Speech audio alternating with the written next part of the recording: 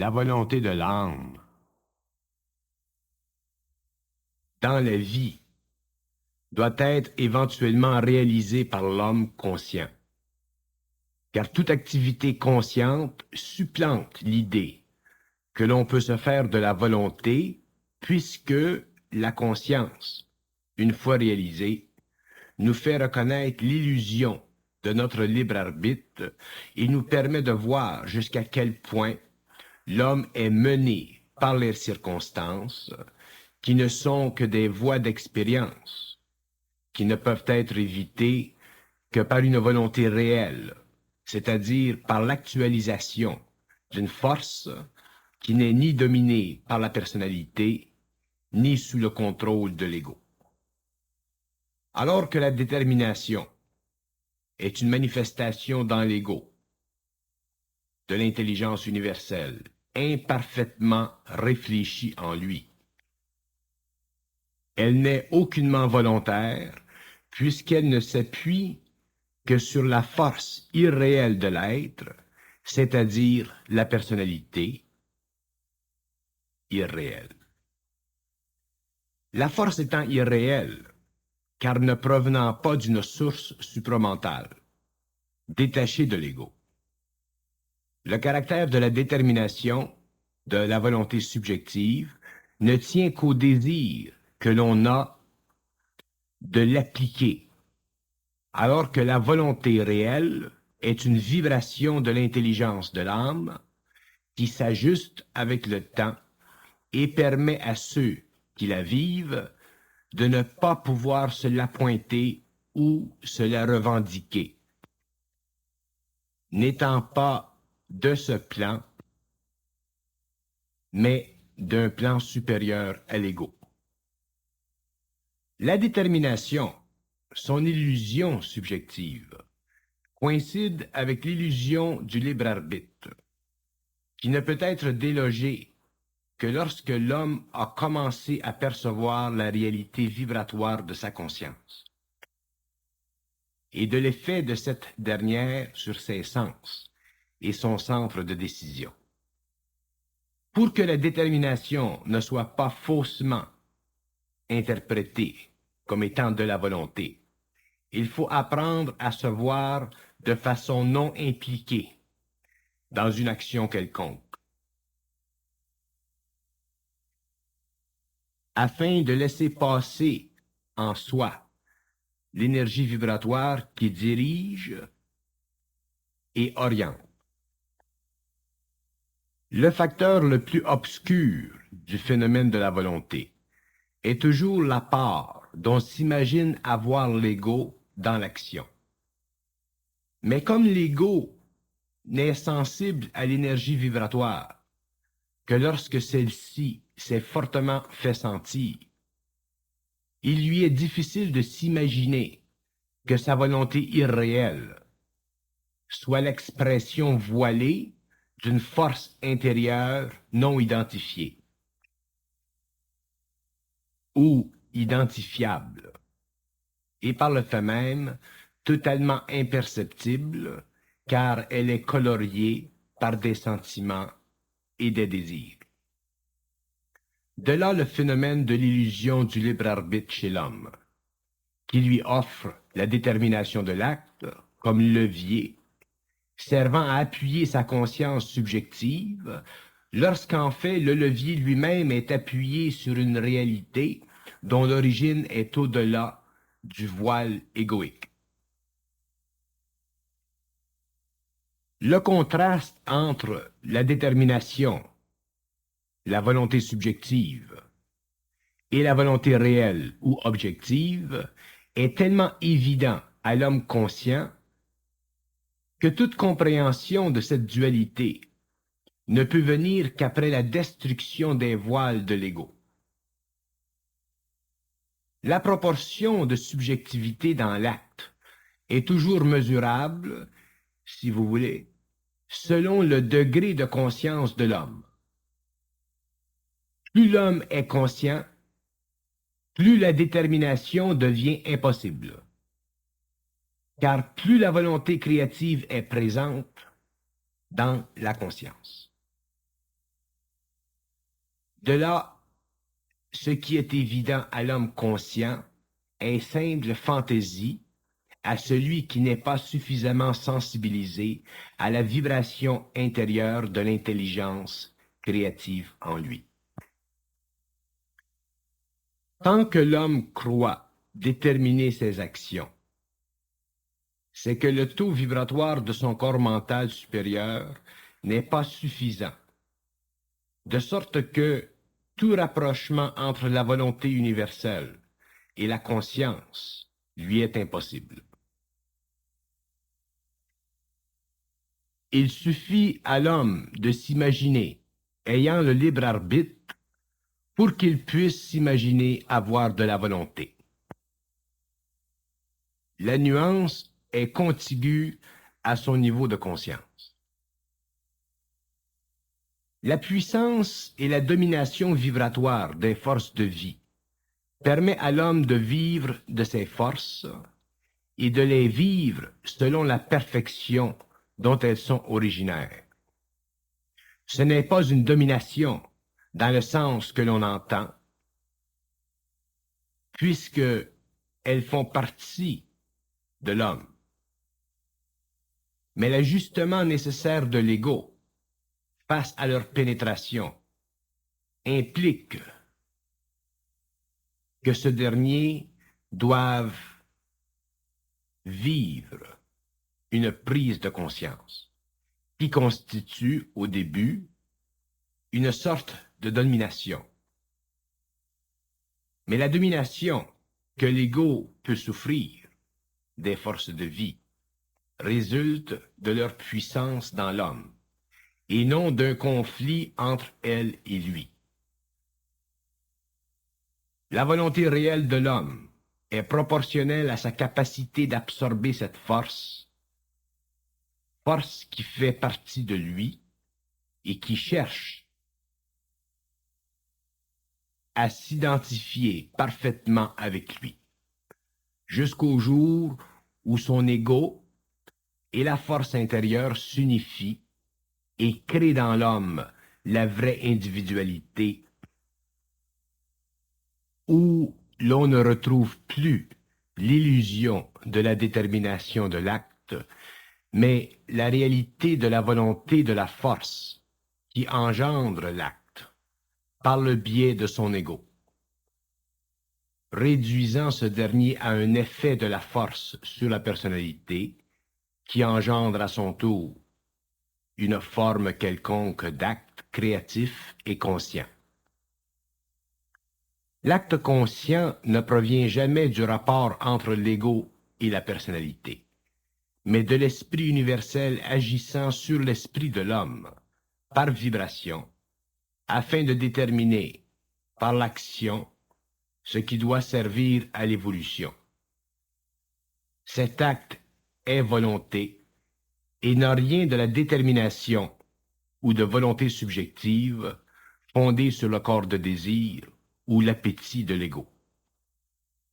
La volonté de l'homme réel est aussi détachée de son ego que sa personnalité réelle.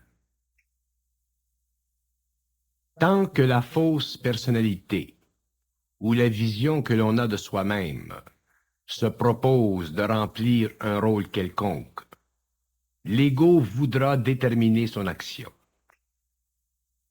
Car ceci fait partie de l'illusion qu'il a de son rôle, en tant qu'être faussement libre.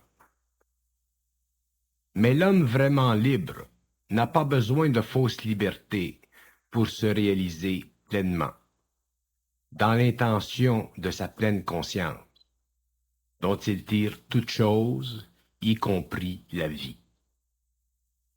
Si la personnalité de l'homme inconscient cherche à vouloir maintenir, pour le compte de l'ego, l'illusion d'une volonté irréelle, il suffit à la force vibratoire de se manifester chez l'homme, et il réalise alors que ce qu'il croyait auparavant n'était réel que dans la mesure où il y croyait. Toute action vue comme étant originaire de l'ego n'appartient qu'à l'arbitre inconscient de l'ego, et toute détermination ou fausse volonté est le produit de l'illusion de l'ego dans son rapport avec la personnalité. L'homme conscientisé sait que toute énergie intelligente passe par son mental supérieur. Dans le cas de l'illusion du contraire, le mental inférieur, siège de l'intellect, parrainé par l'ego, s'approprie les mouvements discrets de l'âme et se construit une vision de lui-même suffisamment grande et consistante pour que l'homme en soit totalement convaincu, c'est-à-dire totalement impressionné. C'est cette impression de lui-même qui lui fait vivre un état d'esprit incapable de surmonter la réalité si évidente une fois le voile levé.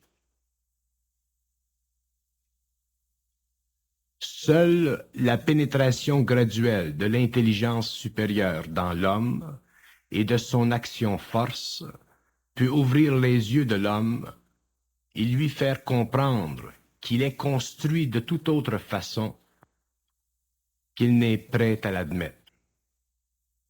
Seule l'action-force lui fait comprendre la vraie volonté en lui, selon la vibration de la lumière, ce qui illustre très bien le dilemme de l'homme, qui croit avoir la détermination, lorsqu'en fait il ne subit que les effets imparfaits de l'énergie, sans en réaliser la perfection, qui ne peut être vécue que lorsque l'ego est harmonisé à cette force intelligente et interne, qui fait partie de l'être supérieur dans l'homme. Mais l'homme est faible, car ses émotions sont fortes. C'est pourquoi il n'a aucune volonté réelle. Si l'homme vivait sa vie comme il se doit, il verrait que la vie engendre en lui toutes les conditions nécessaires à la créativité de son ego, et que ce dernier n'a qu'à suivre l'intention universelle en lui pour découvrir que sa sensibilité à la vibration de l'intelligence intérieure suffit à lui donner la volonté réelle, dont il a de besoin pour vivre une vie pleine et créative. Tant que l'ego est bloqué par des émotions, la partie supérieure du mental humain ne peut servir à engendrer un plan d'action volontaire qui a pour but d'élever la qualité de vie de l'homme et de créer en lui un climat véritable de paix et d'harmonie entre l'ego et l'âme. Mais l'ego est si fortement prisonnier de ses émotions que toute tentative de l'âme de l'apprivoiser résulte dans une expérience difficile pour l'ego, c'est-à-dire une souffrance quelconque. Si l'ego était à découvert, s'il était ouvert à l'énergie de l'âme, son expression dans les moindres détails de la vie quotidienne réfléchirait une volonté, c'est-à-dire un dessein de l'âme dans sa vie. L'âme n'y est pour rien des erreurs que commet l'ego, puisqu'elle n'a pas encore de pouvoir sur lui. Ce n'est que lorsque l'union est suffisamment grande qu'elle possède sur lui la force qui lui fait réaliser sa volonté réelle. Une fois qu'il a connu cette volonté réelle, la vie devient facile, car, aidé de la force en lui et de l'intelligence qui engendre cette force, il peut organiser sa vie selon un mode qui le rapproche de sa destinée, qui ne peut être connu et vécu que lorsque l'âme a le pouvoir sur lui et que son intelligence est au-delà de la raison intellectuelle. Bien que la volonté réelle ne se reconnaisse que par le travail de la pénétration de l'énergie dans l'ego, cette même volonté coïncide avec la réceptivité de l'ego. C'est pourquoi, même si un ego désire la volonté, ce n'est que par l'ajustement et le développement du corps mental supérieur que ceci est possible. Car le développement de ce corps mental supérieur est justement le résultat de la transformation de l'émotivité en énergie mentale. L'homme ne peut faire ce travail par lui-même, car il ne dispose pas de l'énergie de vie. Elle le traverse simplement. Ce n'est que lorsqu'il a appris les lois de la conscience intelligente qu'il comprend les lois de la volonté et qu'il peut vivre de cette volonté sans rien perdre de ce qu'il croyait perdre à tort, c'est-à-dire son libre arbitre. En fait, le libre arbitre est une des plus vastes illusions de l'homme, car il coïncide avec la coloration de la volonté, alors que cette dernière n'est que lumière active et créative dans l'homme qui a su apprendre à vivre avec elle. L'état spirituel de l'homme engendre en lui une fausse opinion de sa réalité et de la réalité opératoire derrière les voiles de l'ego. L'homme conscient se rend bien compte que toute allusion à un devenir quelconque n'est qu'une manipulation en lui de l'énergie, afin qu'il comprenne un jour qu'il n'a qu'à se laisser guider par la vie, par la force créative et active de son intelligence interne, agissant conjointement avec les forces de l'âme, pour ouvrir en lui un champ de force qu'il introduira avec le temps à des modes de réalité qui ne sont palpables qu'à celui qui a appris à vivre sa vie dans le cadre d'une volonté universelle, c'est-à-dire selon le plan d'action de l'âme, dans le monde de l'ego, par le biais du canal créé. Lorsque l'homme de la terre aura connu la volonté réelle, rien ne lui sera impossible, car cette volonté coïncidera avec le maximum de ce qu'il doit et peut faire dans un temps donné. Alors l'homme pourra dire qu'il est bien dans la vie, car la vie sera constamment en intervention créative en lui. Son corps mental supérieur servira alors les forces de vie, tandis que ses principes inférieurs permettront d'actualiser, selon leurs conditions, les effets nécessaires à la réalisation totale. Un tel homme sera parfaitement équilibré, car il ne lui sera plus possible d'être à l'extérieur de son état de vie réel, dont la volonté sera la marque la plus grande, tant elle sera unie à son intelligence réelle. L'homme sera alors réel, et tout homme réel est plus grand que l'homme ancien. La volonté réelle est un phénomène encore très obscur. L'homme, malgré toute son expérience, n'a pas encore l'idée de ce que veut dire volonté réelle. Il a encore l'impression de ce qu'il a connu dans le passé, au niveau de son expérience. Mais il n'a pas encore la réalité fixée dans son esprit supérieur, parce que le corps mental n'est pas encore développé. Bien qu'il ait acquis depuis longtemps l'idée et l'illusion d'une volonté créative, il n'a pas encore acquis la compréhension profonde de l'illusion de cette volonté.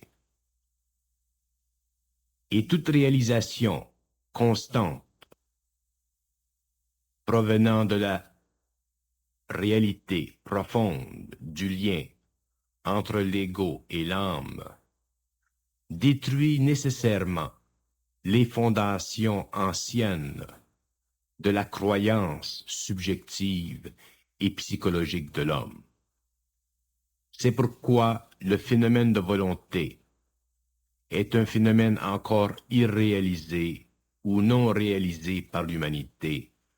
Et c'est pourquoi, d'ailleurs, l'homme de la Terre aujourd'hui n'a sur la matière aucun pouvoir, justement parce que il n'a aucune volonté.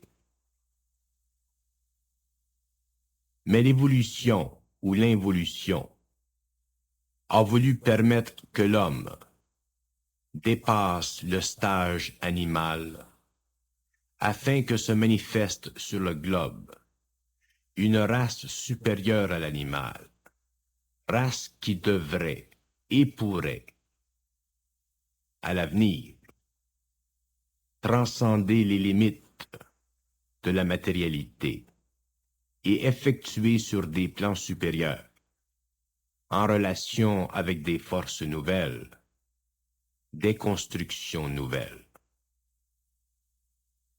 Mais lorsque l'on avance dans le temps, lorsque la conscience grandit dans une race, lorsque l'homme passe d'un niveau de constatation à un autre, il se doit que tout ce qu'il a conçu auparavant soit bouleversé afin que soit remplacé ce qu'il a connu par quelque chose d'autre qu'il ne connaît pas et dont il n'a aucune idée de la puissance.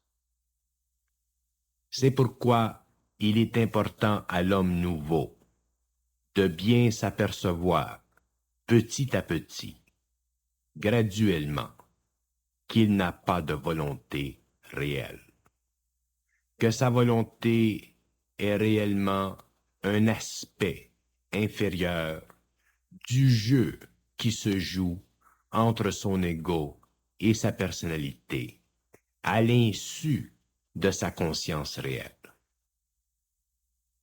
Lorsque l'homme aura découvert cette chose, lorsque l'homme aura saisi cette réalité, il ne pourra plus vivre sur la terre comme il a vécu auparavant. Il ne pourra plus construire sur la terre comme il a construit auparavant. Parce que, dans le passé, l'homme avait construit pour son bon plaisir. L'homme avait construit pour son bien-être, mais à l'intérieur des limites de sa propre vision. Tandis que dans l'avenir, l'homme devra construire en raison d'un plan d'évolution plus grand que la vision limitée de sa raison. De sorte que l'homme, devenu créateur, à cause, justement, de son pouvoir de volonté réelle, ce qui sera construit appartiendra à un temps qui aujourd'hui ne peut être même conçu par l'homme inconscient. Le phénomène de la volonté est expliqué afin de permettre à ceux qui ont la capacité et le pouvoir éventuel de lire ce qui est dit et de voir ce qui est dit, de les rapprocher d'eux-mêmes, de cette partie d'eux-mêmes qui est au-delà de l'ego et qui peut se lier à l'ego afin que l'ego, en retour, se lie parfaitement à la personnalité, pour qu'il se forme dans l'homme un axe, c'est-à-dire un canal, permettant à l'âme de déverser dans l'ego et permettant à l'ego de maintenir sur le plan matériel une harmonie totale dans sa conversion avec la personnalité. Le phénomène de la volonté réelle est un phénomène très profond. C'est un phénomène qui ne se comprend pas par l'intelligence.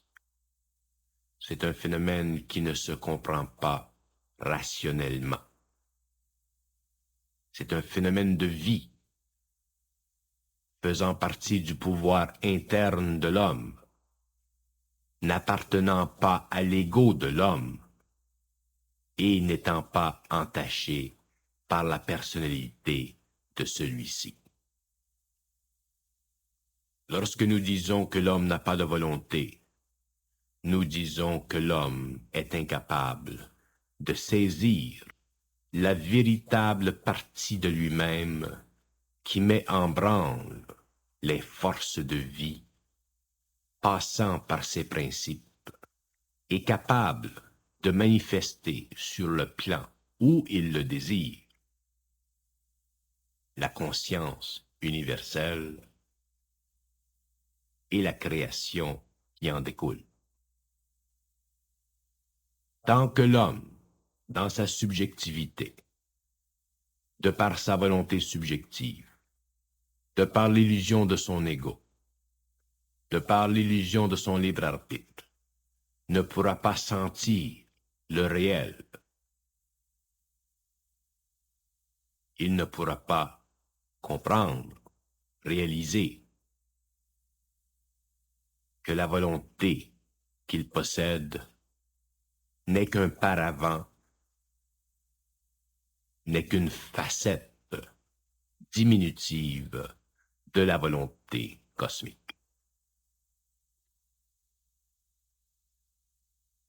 Autant la volonté subjective et illusoire appartient à l'illusion de l'ego, autant la volonté universelle, objective, appartient à la réalité de l'âme.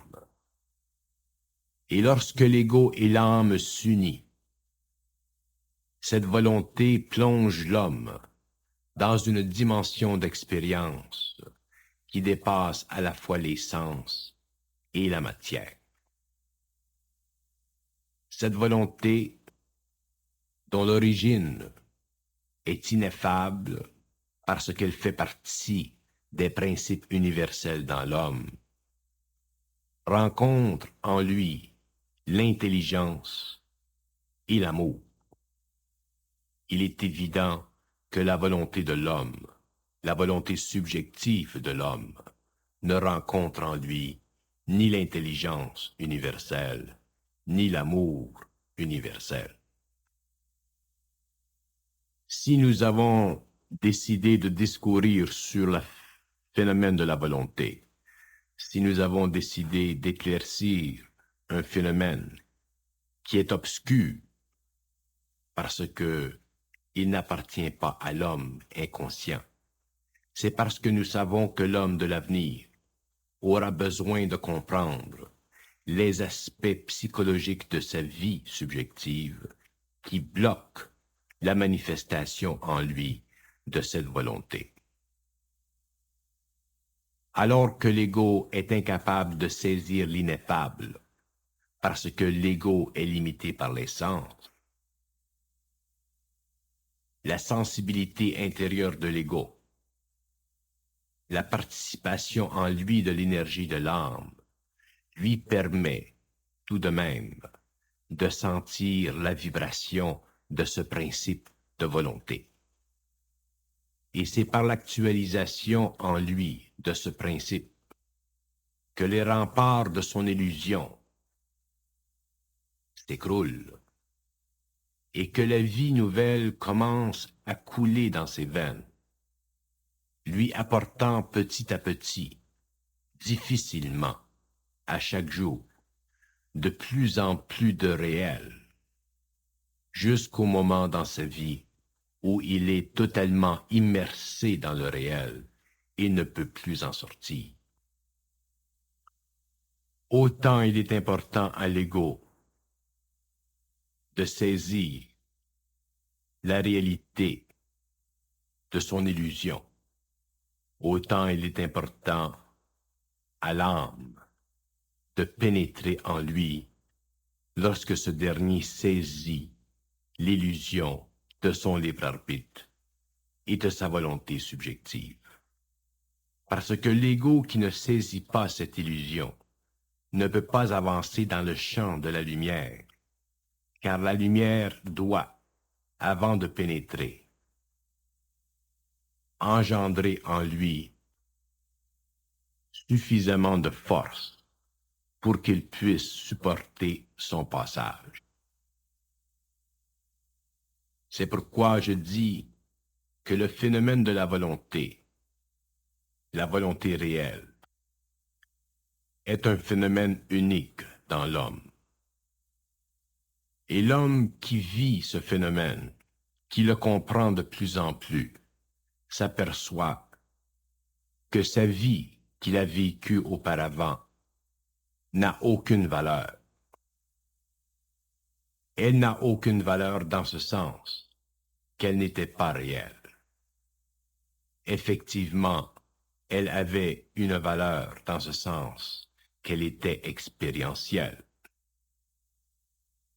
Mais dans le sens de sa réalité profonde, elle n'avait aucune valeur parce qu'elle n'était qu'une période entre le point zéro de l'incarnation et le point où l'homme devait reconnaître qu'il est fils de la lumière. Ce n'est que lorsque l'homme reconnaît qu'il est fils de la lumière qu'il reconnaît en lui une autre volonté, une volonté supérieure à celle de son ego et supérieure à celle qu'il croyait depuis des années posséder. Le Fils de la lumière ne peut plus se servir de sa volonté illusoire, parce que justement, il n'a plus la conscience qu'il possédait.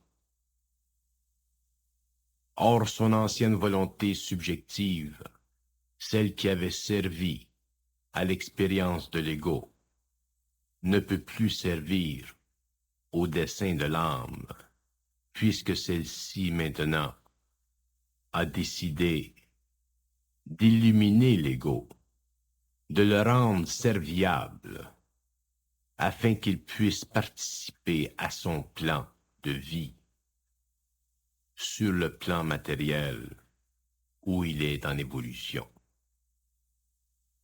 Et le Fils de la lumière doit reconnaître que toute intervention de l'âme sur l'ego est une intervention naturelle, bien qu'au début elle puisse être perçue comme une intervention pénible, parce que le corps mental n'est pas suffisamment développé et que le corps mental inférieur et l'émotivité engendrent encore dans l'ego des formes qui l'empêchent de voir parfaitement. Tant que l'homme de la vieille race n'a pas mis les pieds dans le nouveau terrain de l'évolution, il est sujet à l'illusion de sa volonté subjective. Mais dès qu'il a commencé à mettre les pieds dans le nouveau terrain de l'évolution, cette volonté subjective s'efface petit à petit et se voit remplacée par une autre force, une autre volonté, qui détermine une action nouvelle, une action différente, une action qui est à la fois pour le bien-être de l'ego et le bénéfice de l'âme, mais qui est engendrée sur les plans de l'âme avant de descendre sur le plan de l'ego.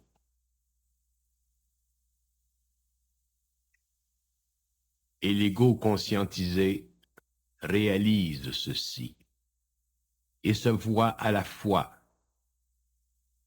au seuil d'une porte qui s'ouvre sur d'immenses possibilités dont il ne connaît pas pour le moment lui-même l'étendue. Tant que l'ego n'a pas saisi l'illusion de sa volonté subjective, tant qu'il n'a pas vu dans les moindres mouvements de sa vie quotidienne que son action provient d'un plan autre que le sien, tant qu'il n'a pas saisi une force en lui qui dirige son action, il n'a pas encore compris le principe de la volonté objective et réelle en lui. Et dès que ce mouvement s'est amorcé, qu'il s'est fait de plus en plus sentir, l'ego au début devra en subir un peu la domination. Et cette souffrance sera pour lui l'événement essentiel de sa vie. Car cette souffrance, cette perception, cette rencontre entre une volonté supérieure à la sienne, plus grande et plus forte que la sienne, créera en lui une énergie de plus en plus puissante qui deviendra un jour sa volonté. Énergie qui deviendra un jour la force dont il se servira pour atteindre des niveaux supérieurs de vie et créer sur ces plans supérieurs de vie des conditions nouvelles et maximales qui sont aujourd'hui voilées à la cinquième race de l'homme.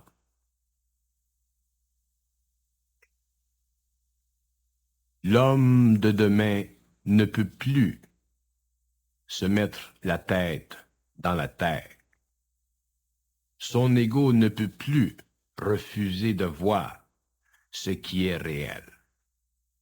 Et si son ego refuse de voir ce qui est réel, la réalité devra passer au-dessus de sa tête. Autant la volonté réelle procède de la puissance de l'âme, autant il est facile à l'âme de verser dans l'homme la puissance de son énergie. Mais il ne va que de l'ego de reconnaître qu'il y a plus à sa volonté que ce qu'il a bien voulu par le passé lui affecter.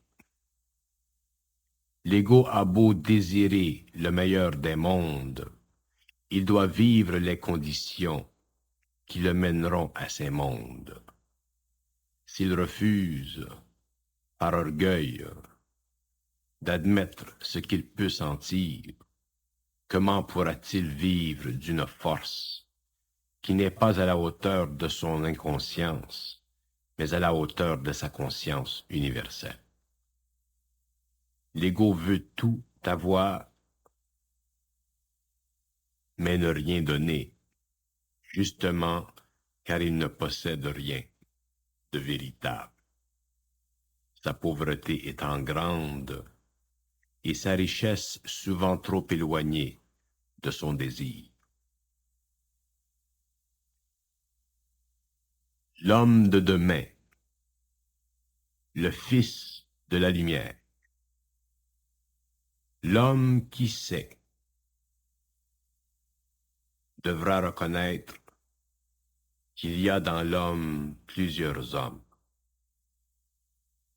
qu'il y a dans l'homme plusieurs niveaux de conscience, qu'il y a dans l'homme plusieurs personnalités, qu'il y a dans l'homme plusieurs aspects, et que tous ces aspects, que toutes ces facettes de l'homme coïncident avec une réalité, la réalité de l'âme,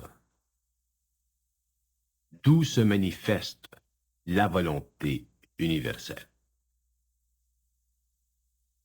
Bien que l'homme puisse harmoniser sur le plan de sa vie matérielle un grand nombre d'aspects, il doit un jour harmoniser à la fois sur la vie matérielle et sur les autres plans de vie tous les aspects qui constituent son expérience totale. C'est pourquoi le Fils de la lumière doit vivre une période de préparation, une période où il se voit diminuer dans son ego, où il se voit bafoué dans sa personnalité, pour regagner éventuellement le statut universel de son âme, statut qui est la fondation même de la perfection de son ego et de l'équilibre de sa personnalité, afin que l'homme, visible et invisible, se marie et que la volonté de l'âme se manifeste à travers cet homme. C'est pourquoi le phénomène de la volonté subjective et la réalité de la volonté objective doit être compris, saisi par l'homme. Car il est de toute importance que le phénomène de la volonté soit une fois pour toutes résolu sur le plan de l'homme, afin que s'ouvrent pour lui les portes de l'éther. Car c'est dans le monde de l'éther que l'homme pourra se servir de sa volonté créative et créer des formes qui serviront ensuite sur le plan matériel. Et c'est aussi sur le plan matériel futur que le Fils de la lumière pourra engendrer suffisamment de force à cause de sa volonté réelle pour déterminer sur le plan matériel des conditions de vie aptes